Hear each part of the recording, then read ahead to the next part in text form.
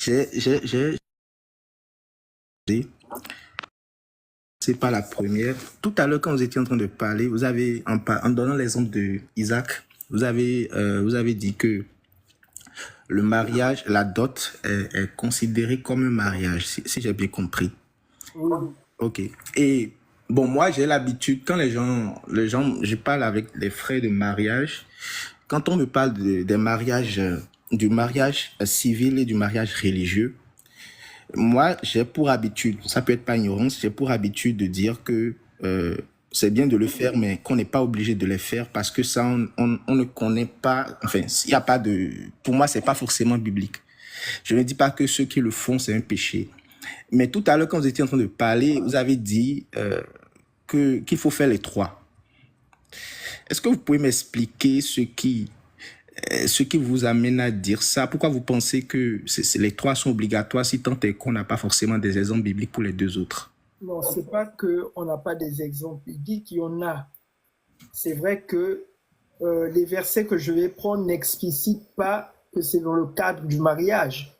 Exemple, concernant la dot, on a déjà un exemple. Ça, tu es d'accord? Oui, oui, oui, pour la dot, il n'y a aucun souci. Voilà, maintenant, pour le mariage civil, c'est Romains 13, verset 1. Paul nous demande de respecter les autorités. Et Jésus-Christ vient appuyer, il faut rendre à César ce qui est à César. Donc, César ici représente les autorités civiles ou bien les autorités gouvernementales. Exemple, ici en Occident, si tu ne passes pas par la mairie, elle n'est pas ta femme. Votre mariage n'est pas reconnu, vous êtes en concubinage.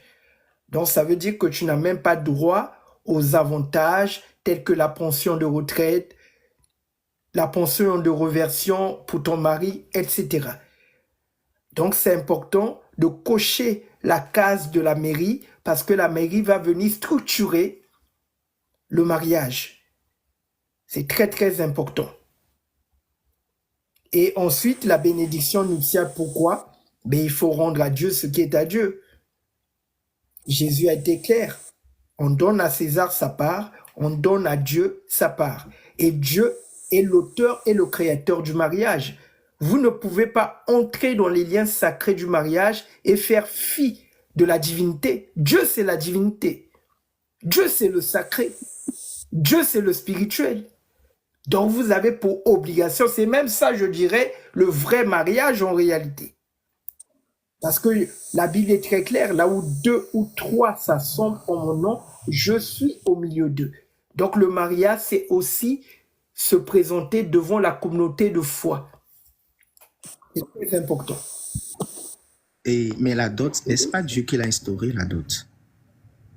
Ah non, la dot n'a pas été instaurée par Dieu. La dot est une coutume avant tout. C'est une tradition. Donc, si par exemple quelqu'un se marie sans faire la dot, c'est pas un problème. C'est pas un problème, mais c'est fortement recommandé. Ok. C'est fortement recommandé parce que, numéro 1, la dot est une compensation pour la jeune fille qui va en mariage. Numéro 2, la dot symbolise l'engagement de cet homme à l'endroit de cette femme. Pourquoi il est recommandé de faire la dot? Parce que quand tu lis dans les Écritures, nous sommes l'épouse de Jésus-Christ. Et Jésus a payé un prix pour nous. Donc Jésus a payé notre dot. Parce que n'oubliez pas que nous sommes des hommes spirituels. Le mariage, c'est quelque chose de spirituel. Donc quand tu payes ta dot, c'est comme si tu es en train de couper le cordon ombilical entre sa famille et toi, dans le monde spirituel. Parce que la dot a une portée avant tout spirituelle. Parce que vous ne pouvez pas aller prendre quelque chose et sans rien donner en retour. En temps normal, la femme que tu épouses, elle ne t'appartient pas. C'est le père qui donne la fille en mariage. Donc, si tu veux que l'autorité du père soit révoquée, si je peux dire, tu dois payer la dot. C'est très important. Parce que le mariage, comme je l'ai dit, il y a trop de manipulation spirituelle. Et quand tu payes la dot, en fait, la dot, c'est le fruit du labeur. C'est ton sacrifice. De la même manière que Christ s'est sacrifié pour son épouse. Et toi, quand tu fais la dot, ça symbolise le sacrifice pour cette femme. Et donc, si dans le monde spirituel, la famille de la femme veut t'attaquer, la dot va parler en ta faveur. Donc, Dieu va utiliser ce support de ta dot-là parce que tu as payé le prix. Voilà. Mais ceux qui n'ont pas cette culture-là, par exemple, je prends l'exemple de ceux qui sont en France et autres, ceux qui n'ont pas cette culture-là, s'ils se marient sans faire de dot, est-ce qu'ils sont protégés? Par exemple, si Alors c'est moi, pas dans leurs coutumes, c'est pas dans leurs habitudes. alors moi, je recommande souvent de faire des dons qui vont faire office de dot. Voilà, des cadeaux. Parce que la dot était sous forme d'animaux, de produits agricoles, de terre, de bétail.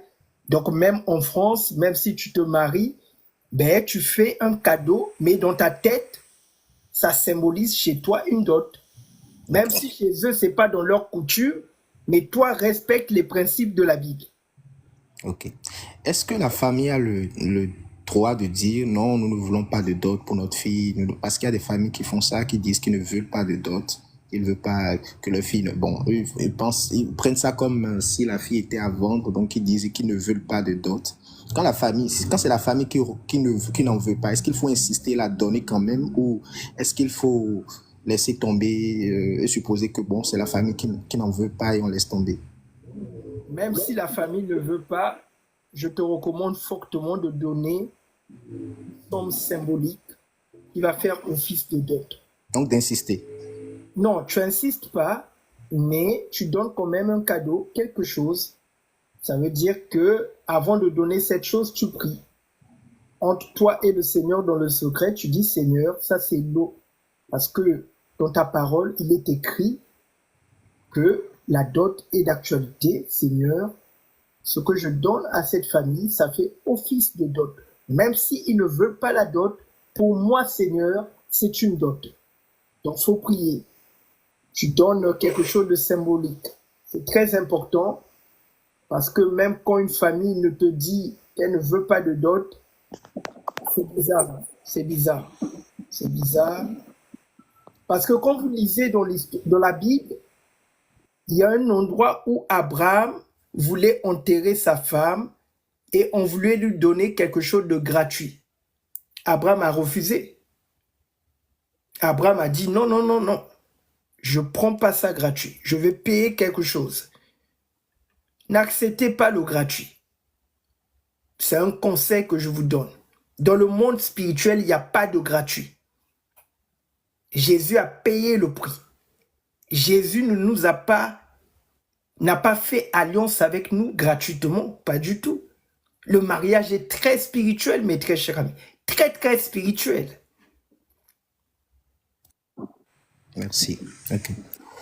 L'autre question que je vais vous poser, tout à l'heure, vous avez dit que avant de se marier, voilà, il y a certaines étapes qu'il faut respecter, il faut rester, il faut pratiquer l'abstinence et tout ça là.